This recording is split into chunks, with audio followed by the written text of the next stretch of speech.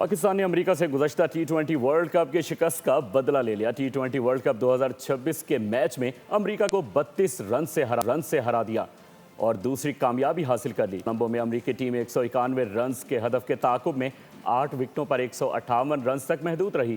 73 runs کی inning کھیلنے پر صاحبزادہ Farhan match کے بہترین کھلاڑی قرار پائے۔